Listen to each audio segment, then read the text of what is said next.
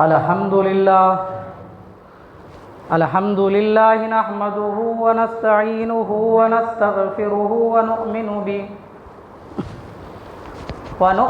به ونتوكل عليه ونعوذ بالله من شرور أنفسنا ومن سيئات أعمالنا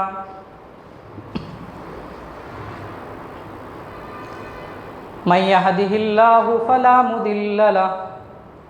ومن يضلله فلا هادي له ونشهد أن لا إله إلا الله وحده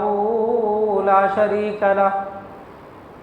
ونشهد أن سيدنا وسندنا ومعيدنا ومولانا محمدا عبده ورسوله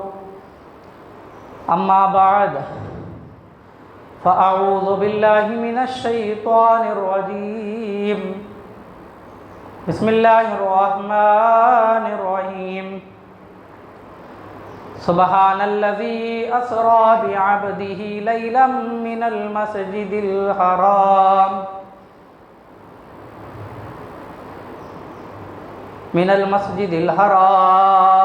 إلى المسجد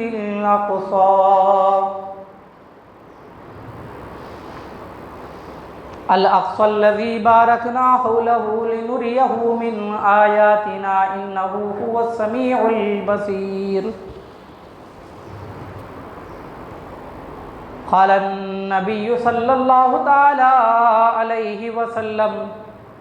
اللهم بارك لنا في رجب وشعبان وبلغنا رمضان صدق الله المولانا العظيم وبلغنا رسوله النبي الأمين المتين المبين الكريم ونحن على ذلك لمن الشاهدين والشاكرين والذاكرين والآمنين والحمد لله رب العالمين. محترم بزرگوں، عزیز دوستوں، نوجوان ساتھیوں، السلام علیکم ورحمۃ اللہ تعالی وبرکاتہ.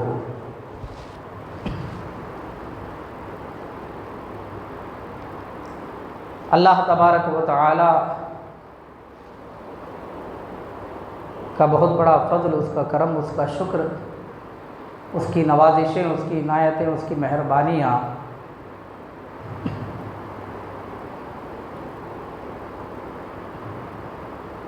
کہ رب تبارک و تعالی نے ہمیں شعبان المعظم کا مہینہ عطا فرمایا. آج شعبان المعظم کی پہلی تاریخ ہے.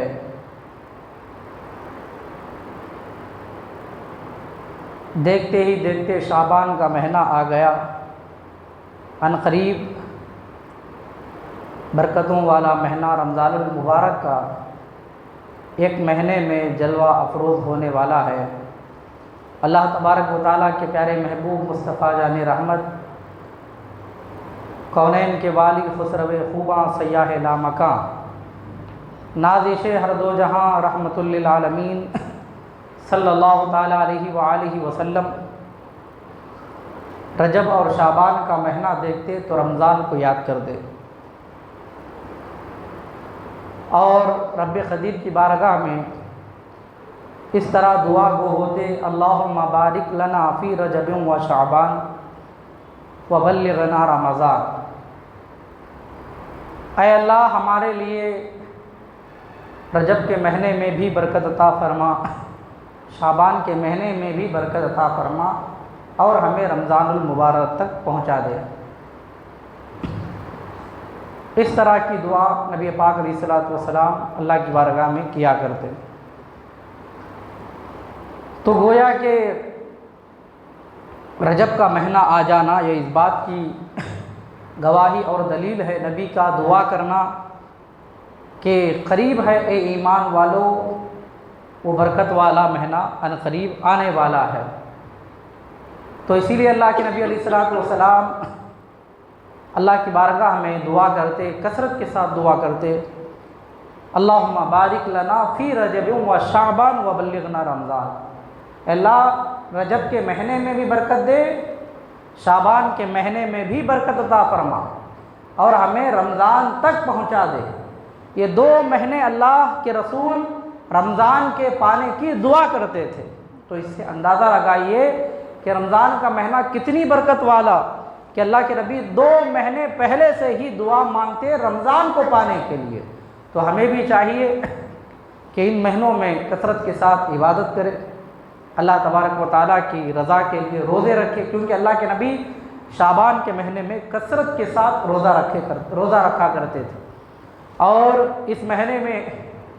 ایک اللہ تعالیٰ نے ہمارے لیے اور تحفہ عطا فرمایا، وہ ہے شب بارات کا، یعنی ایک نجات کی رات اللہ نے ہمارے حق میں عطا فرمائی، ان قریب وہ بھی آنے والی ہے، جس میں اللہ تبارک و تعالیٰ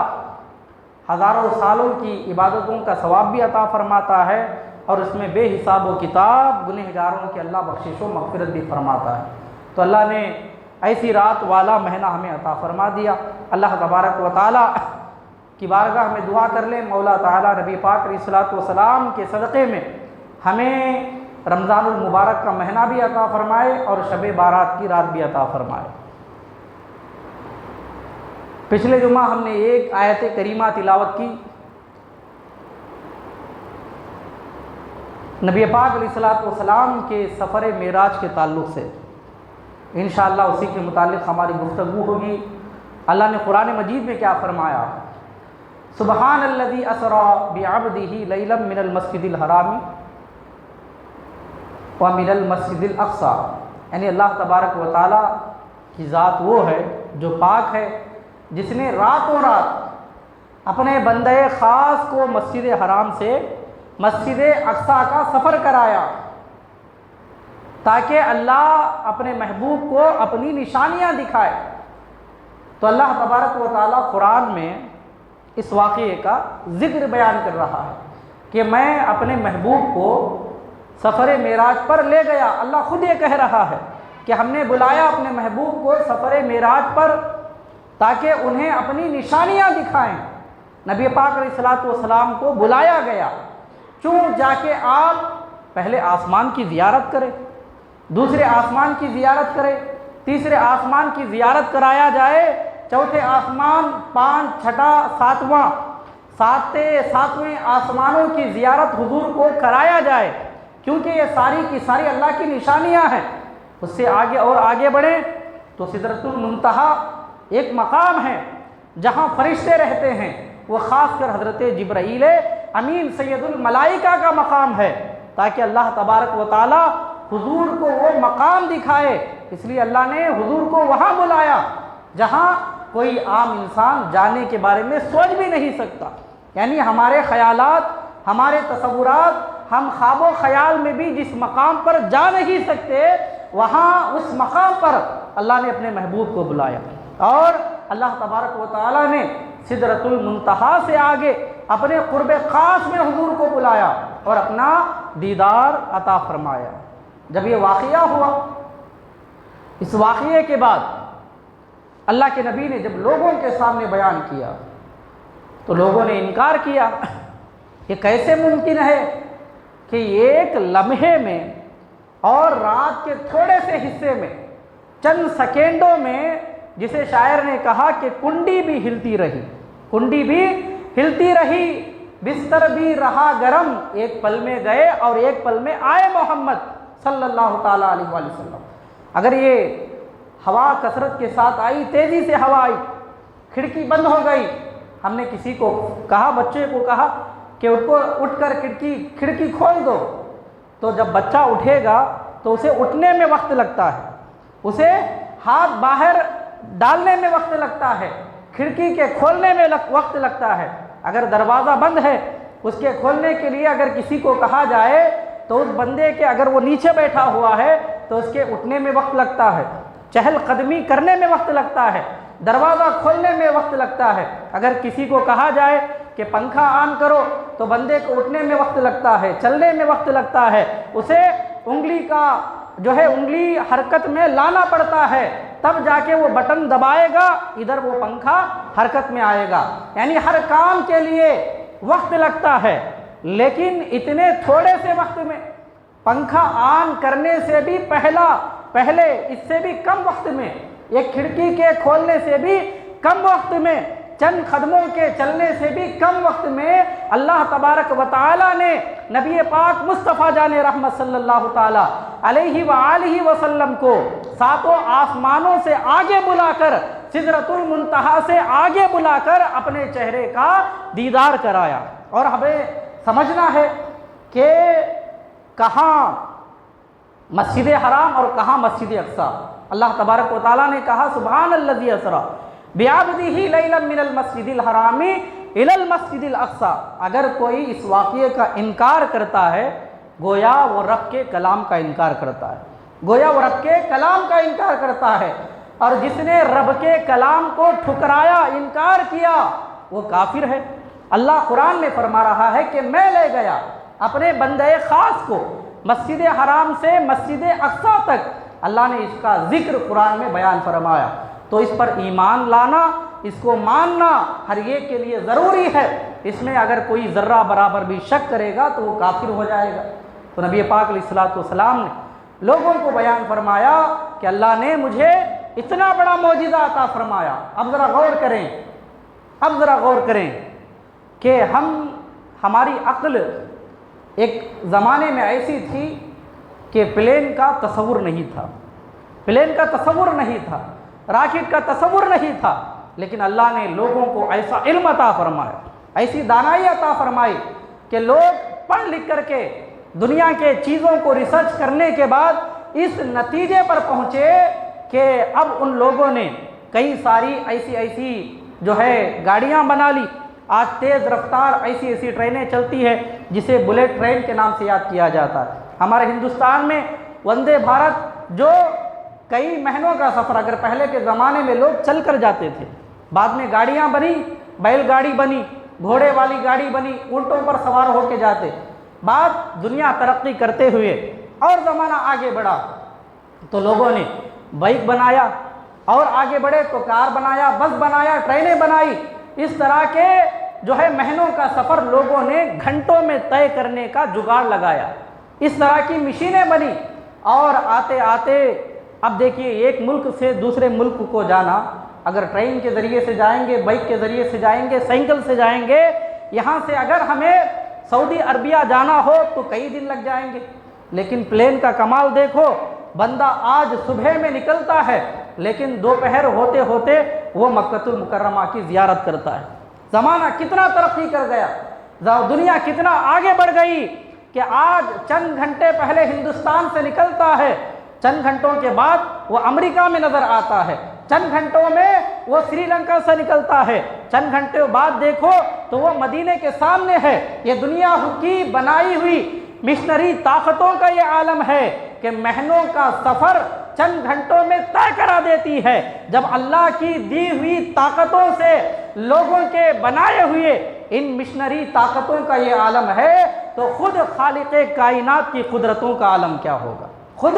خالق کائنات کی قوتوں کا عالم کیا ہوگا۔ اللہ تبارک و تعالی ہمیں رب کی طاقتوں کو سمجھنے کی توفیق عطا فرمائے۔ درود پاک پڑھ لیں، اللہم صلی علی سیدنا مولانا محمد معدن الجود والکرم وآلہ وصحبہ وبارک وسلم، صلو علیہ الصلاۃ والسلام علیک یا رسول اللہ صلی اللہ تعالی علیہ وسلم۔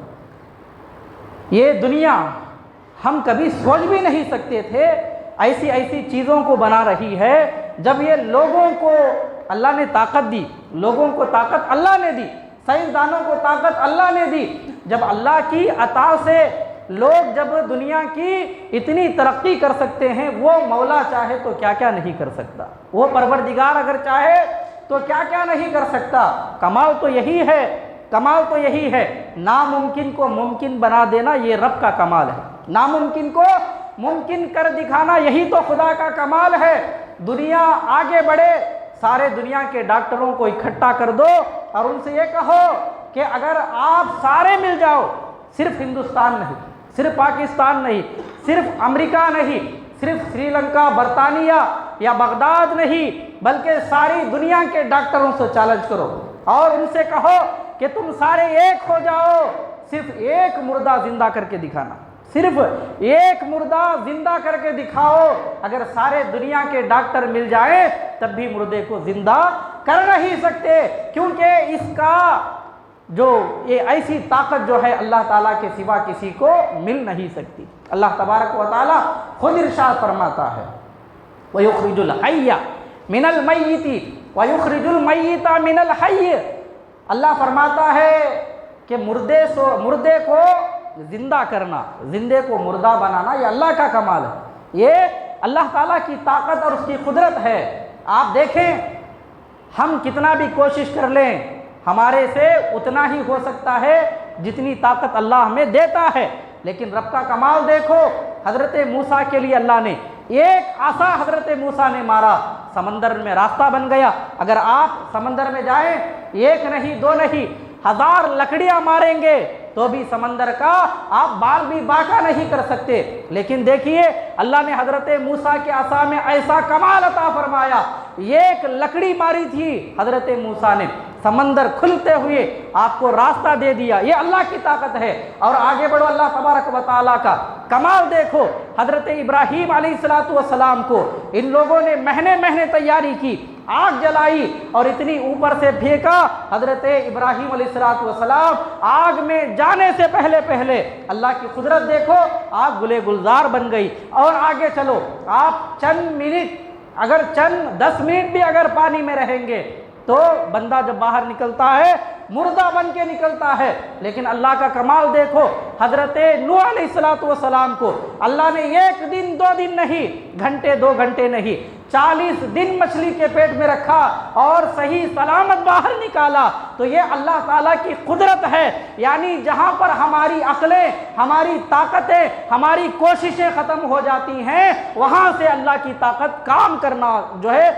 کرنا شروع ہوتی ہے۔ تو یہ اللہ تعالیٰ کی طاقت ہے، اس کا کمال ہے، جو ہم سوچ نہیں سکتے، جو ہمارے خیالوں میں آ نہیں سکتا، جو ہم خواب و خیال تصور میں بھی لا نہیں سکتے، جس کے بارے میں ہمارے ذہن میں آتا بھی نہیں، ایسی طاقت اللہ تبارک و تعالیٰ کر دکھاتا ہے۔ یہ رب کا کمال ہے، یہ رب کا کمال ہے۔ رب کی طاقت ایک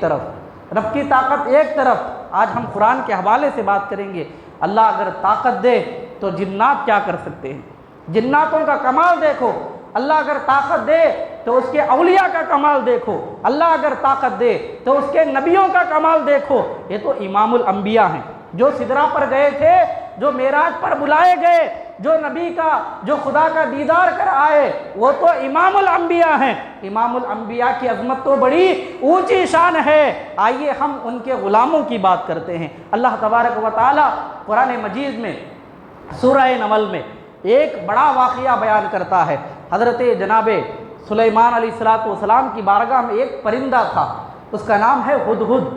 وہ ایسا پرندہ کہ جب وہ ہواؤں میں اڑتا تھا، زمین پر اگر نگاہ ڈالے،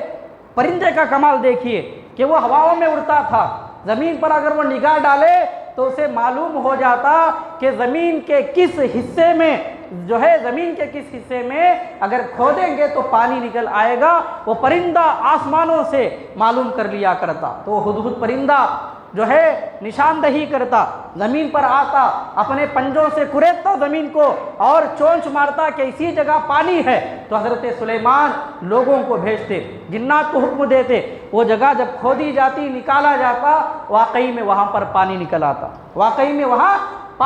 آتا۔ یہ انبیاء کے صحبت میں رہنے والے پرندوں کا کمال دیکھو، اللہ کیسا علم دے رہا ہے۔ اڑ رہے ہیں آسمانوں میں لیکن نگاہ زمین کے اندر کی رکھتے ہیں۔ یہ جب حضرت سلیمان کے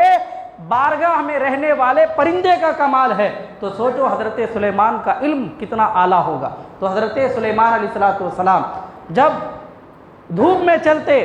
میں چلا کرتے تو پرندے ان کے اوپر سایہ فگن ہوتے، یعنی آپ کو دھوپ سے بچانے کے لیے پرندے آپ کے سر کے اوپر گھیرا بنا لیتے، پروں کو پھیلا دیتے تاکہ حضرت سلیمان کو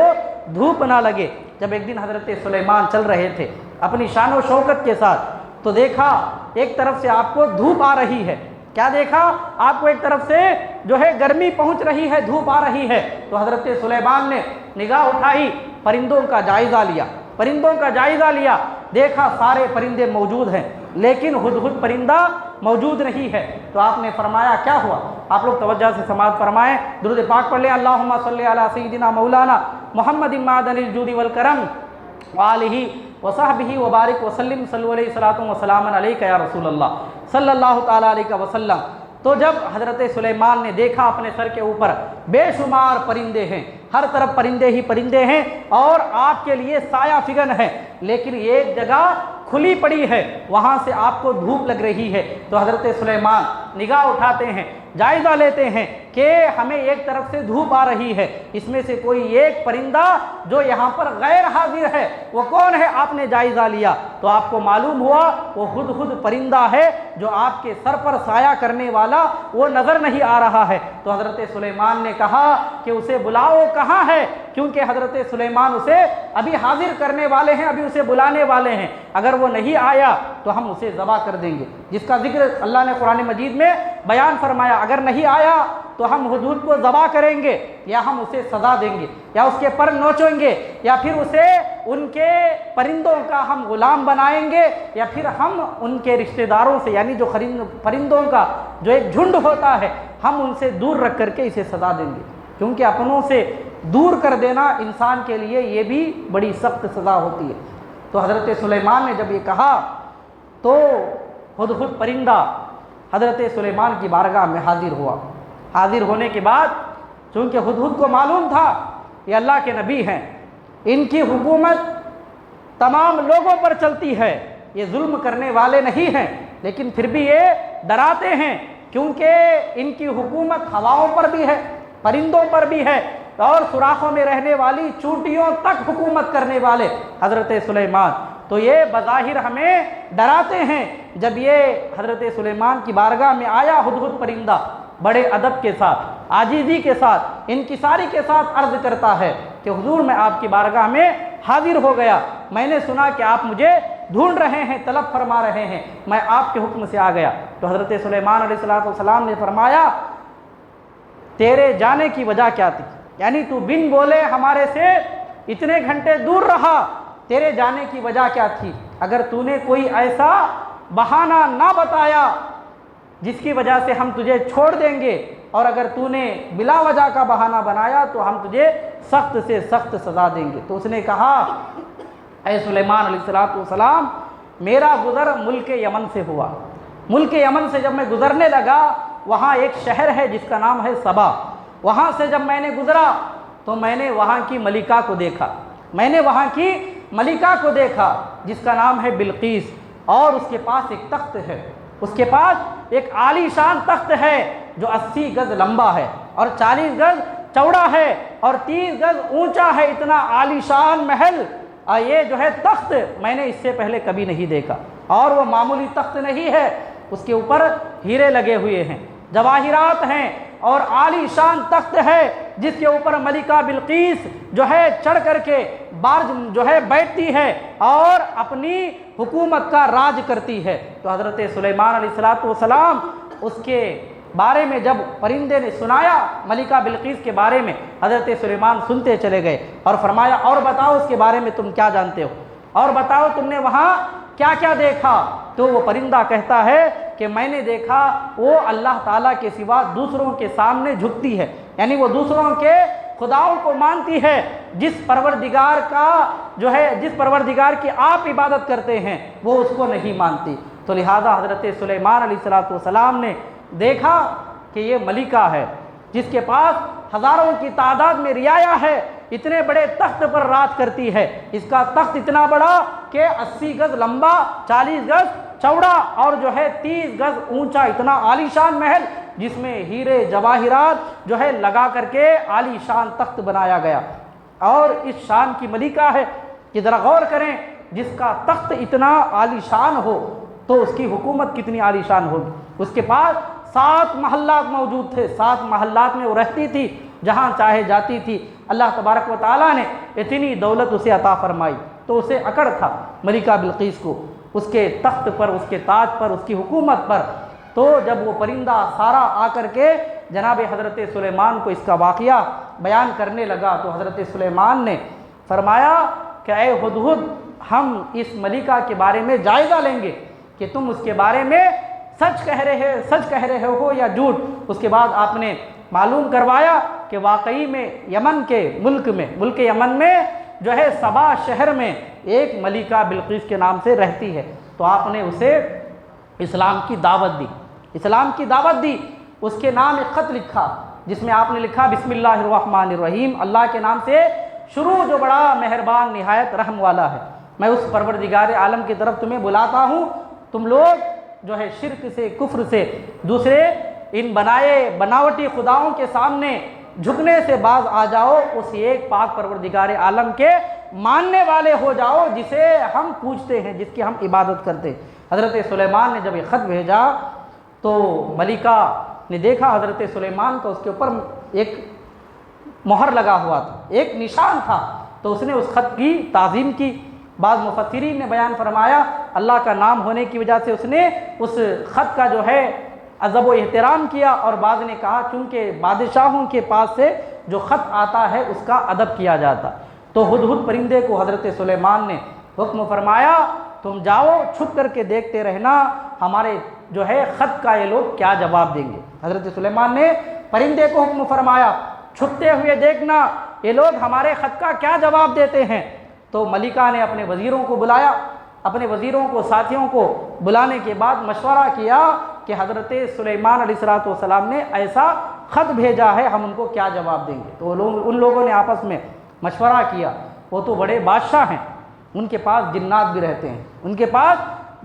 رہتے ہیں، وہ اللہ کے نبی بھی ہیں۔ تو ان لوگوں نے آپس میں مشورہ کیا اگر ہم لوگ جنگ کریں گے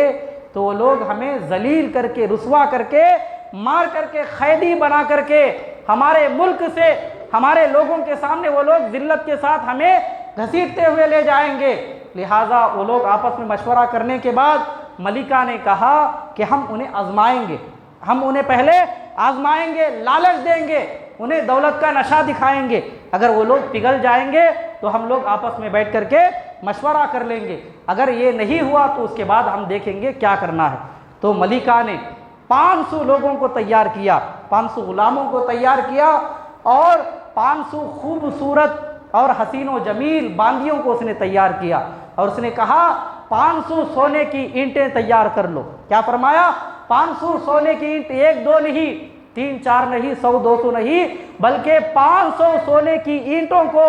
500 غلاموں نے اپنے ہاتھوں میں لیا، اور قیمتی ہیرے جواہرات اور اس زمانے کے جو بہترین خوشبوات ہوتے ان خوشبوؤں کو لیا، بہترین کپڑے اس زمانے کے لے کر کے وہ حضرت سلیمان علیہ السلام کی طرف روا دوا ہوئے تاکہ حضرت سلیمان کو راضی کیا جائے۔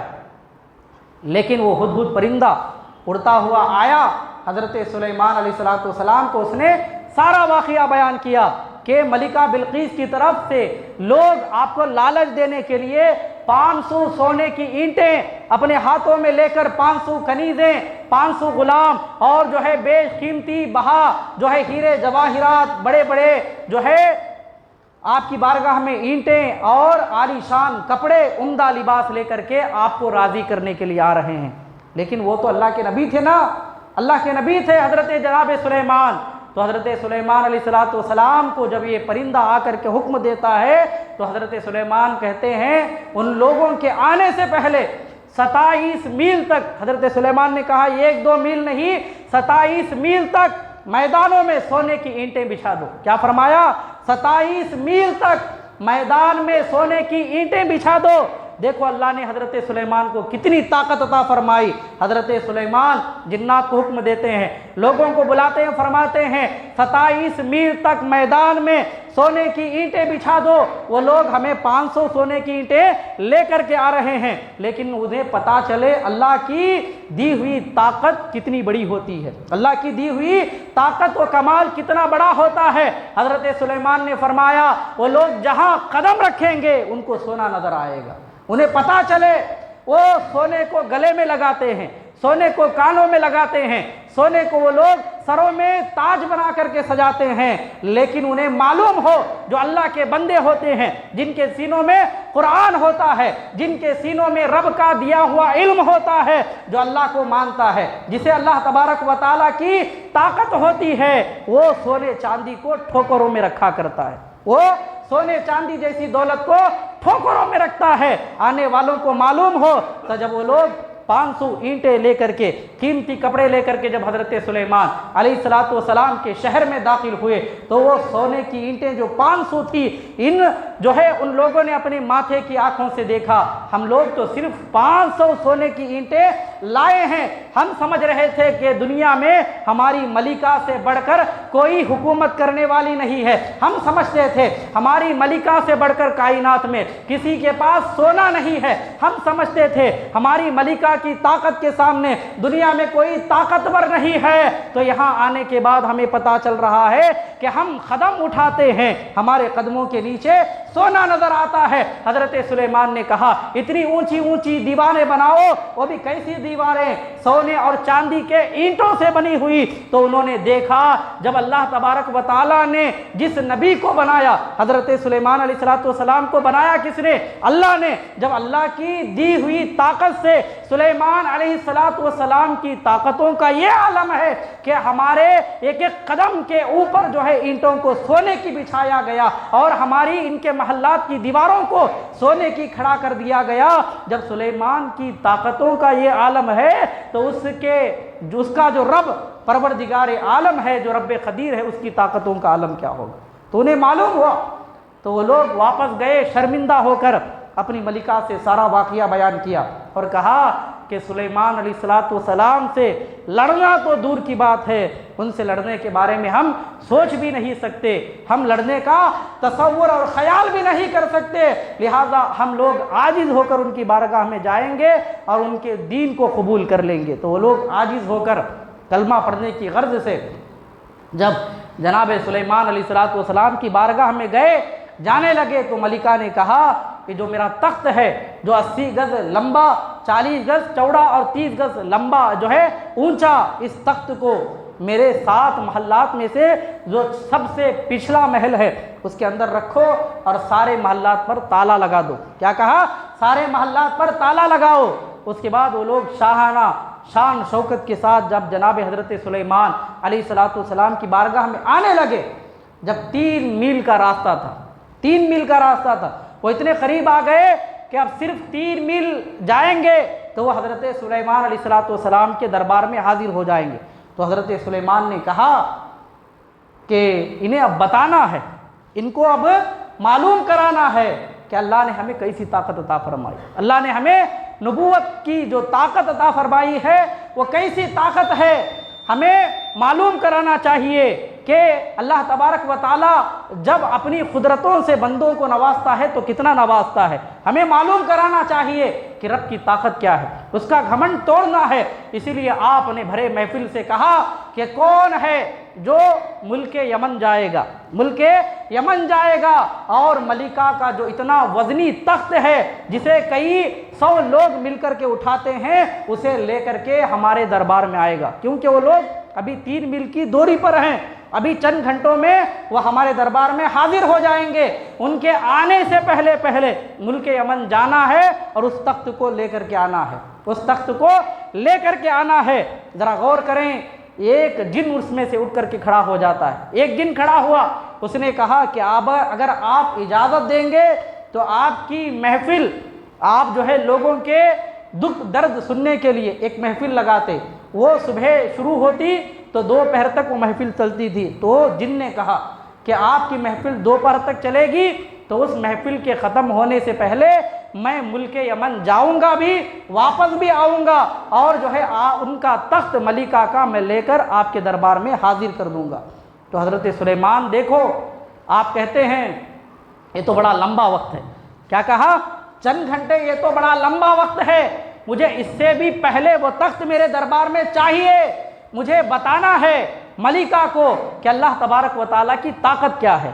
ہمارے جو ہے اللہ تبارک و تعالیٰ کی طاقت کیا ہے۔ اب آپ جو ہے آپ 15ویں پارے کی جب آیت کھولیں گے، اللہ تبارک و تعالیٰ قرآن مجید میں کہتا ہے سبحان الذی اسریٰ بعبدہ لیلا من المسجد الحرام الی المسجد الاقصی، اللہ اپنے بارے میں کہتا ہے میں پاک ہوں اور میں اپنے بندے خاص کو میں لے گیا راتوں رات مسجد حرام سے مسجد اقصی تک، میں مسجد حرام سے مسجد اقصی تک لے گیا۔ اللہ کہہ رہا ہے کہ میں نے اپنے بندے کو پہلے آسمان، دوسرے آسمان، تیسرے اور ساتویں آسمان سے آگے، سدرۃ المنتہا سے آگے میں اپنے دربار میں بلا کر کے میں نے اپنے محبوب کا دیدار کرایا اور انہیں بلایا بھی اور واپس بھی بھیجا۔ اور جب وہ آ گئے، ایک لمحے میں گئے اور ایک لمحے میں آئے محمد، تو لوگوں نے ان کا انکار کیا، لوگوں نے اس واقعے کو جو ہے تعجب کی نگاہوں سے دیکھا۔ اب دیکھو حضرت سلیمان علیہ السلام کی بارگاہ کا ایک ولی کھڑا ہوا، حضرت آصف بن برقیہ اٹھ کر کے کھڑے ہوئے، حضرت سلیمان سے کہتے ہیں اگر آپ حکم دیں گے تو ملک یمن میں جو موجود ہے تخت، اسے میں لے کر کے آؤں گا، اسے میں لاؤں گا، کیونکہ ایک ملک سے دوسرے ملک کو جانا پہلے کے زمانے میں مہینے مہینے لگ جاتے، کیونکہ آج پلین میں یہاں بیٹھیں گے، صبح بیٹھتا ہے تو دوپہر میں وہ مکہ میں رہتا ہے، تو وہ ویسا زمانہ نہیں تھا۔ اس زمانے میں بڑی تنگیاں تھیں، چل کر جانا پڑتا تھا، سواریوں میں جانا پڑتا تھا، ایک ملک سے دوسرے ملک کو جانے کے لیے کئی دن لگ جاتے۔ تو حضرت آصف بن برقیہ اٹھ کر کے کھڑے ہوئے، عرض کرتے ہیں اے سلیمان اگر آپ حکم دیں گے تو میں لے کر کے آؤں گا۔ حضرت سلیمان نے کہا وہ جن تو کہتا ہے کہ مجھے چند گھنٹے چاہیے، تم بتاؤ کتنی دیر میں لے کر کے آؤ گے؟ تو وہ حضرت آصف بن برقیہ کہیں گے، وہ کہتے چلے گئے کہ جسے اللہ نے قرآن مجید میں یوں بیان فرمایا، قال الذی عنده علم من الکتاب انا آتیک بہ قبل ان یرتد الیک طرفک۔ آپ ذرا غور کریں، اگر کوئی بندہ اٹھ کر بیٹھتا ہے تو اس میں کتنا وقت لگتا ہے؟ مشکل سے چند لمحے۔ انسان اگر پلک کھولے اور آنکھ کو کھولے اور آنکھ کو موچھے تو اس میں کتنا وقت لگتا ہے؟ چند سیکنڈ بھی نہیں لگتے، مشکل سے 1 سیکنڈ کا وقت لگتا ہے۔ تو حضرت آصف بن برقیہ کہتے ہیں اگر آپ مجھے حکم دیں گے تو میں گھنٹے نہیں لوں گا۔ کیا کہتے ہیں؟ میں گھنٹے نہیں لوں گا، مجھے آدھا گھنٹہ بھی نہیں چاہیے، 15 منٹ بھی نہیں چاہیے، 10 منٹ بھی نہیں چاہیے، 5 منٹ کا وقفہ بھی مجھے نہیں چاہیے، مجھے آپ کے حکم کی دیری ہے اور میں ایک ملک سے دوسرے ملک جاؤں گا بھی، اتنے بڑے تخت کو لے کر کے آپ کی بارگاہ میں حاضر بھی ہو جاؤں گا۔ حضرت سلیمان نے جب حکم دیا تو حضرت آصف بن برقیہ اتنی تیزی سے جاتے ہیں اور لے کر کے آتے ہیں کہ حضرت سلیمان نے ایک پلک جو ہے جھپکا، یعنی آنکھوں کو موچھ کر کے کھولا، دیکھا دوسرے ملک کا تخت آپ کے آنکھوں کے سامنے موجود ہے۔ دوسرے ملک کا تخت اتنا بڑا جسے اٹھانے کے لیے 100 لوگوں کی طاقت لگتی ہے، تو اتنا بڑا تخت ایک لمحے میں ملک یمن سے یہاں آ گیا۔ ذرا غور کریں حضرت آصف بن برقیہ کون تھے؟ یہ حضرت سلیمان کے دربار میں رہنے والے ایک ولی تھے۔ جب ان کی تیزی کا یہ عالم ہے کہ یہاں سے نکلیں تو پلک جھپکنے سے پہلے اتنا بڑا تخت لے کر کے لمحوں میں جاتے بھی ہیں اور اتنے بڑے تخت کو لے کر واپس بھی آ جاتے ہیں۔ جب حضرت آصف بن برقیہ کی طاقتوں اور ان کی تیز رفتاری کا یہ عالم ہے تو میرے مصطفیٰ جناب محمد الرسول اللہ جو امام الانبیاء ہیں، اور جب وہ مسجد حرام سے نکلتے ہیں تو 7 آسمانوں سے آگے، سدرۃ المنتہا سے آگے رب کا دیدار کر کے نماز کا تحفہ لے کر کے اگر ایک لمحے میں آ جائے تو اس میں کوئی تعجب نہیں ہے، کیونکہ یہ امام الانبیاء ہیں۔ ان سے بڑھ کر کائنات میں جو ہے اللہ تبارک و تعالیٰ کے بعد کسی کا مقام و مرتبہ نہیں ہے۔ تبھی تو امام اہل سنت نے کہا کہ سرور کہوں کہ مالک و مولا کہوں تجھے، باغ خلیل کا گلے زیبا کہوں تجھے، اور کہنے والوں نے بڑے اچھے انداز میں کہا سب سے اولا و اعلیٰ ہمارا نبی، سب سے بالا و اعلیٰ ہمارا نبی، خلق سے اولیاء، اولیاء سے رسول اور رسولوں سے اعلیٰ ہمارا نبی۔ تو لہٰذا یہ امام الانبیاء ہیں۔ تو حضرت سلیمان کے دربار میں رہنے والے ولی کی طاقت کا جب یہ عالم ہے تو میرے مصطفیٰ کی طاقتوں کا عالم کیا ہوگا؟ اللہ تبارک و تعالی ہمیں حضور کی عظمتوں کو سمجھنے کی توفیق عطا فرمائے۔ اللہ تبارک و تعالی ہمیں مصطفیٰ جان رحمت صلی اللہ تعالی علیہ وآلہ وسلم سے بے انتہا عقیدت اور محبت کرتے ہوئے زندگیاں گزارنے کی توفیق عطا فرمائے۔ آمین وآخر دعوانا ان الحمدللہ رب العالمین۔ السلام علیکم ورحمۃ اللہ وبرکاتہ۔ جو بھائی سنت نہ پڑھے سنت پڑھ لیں۔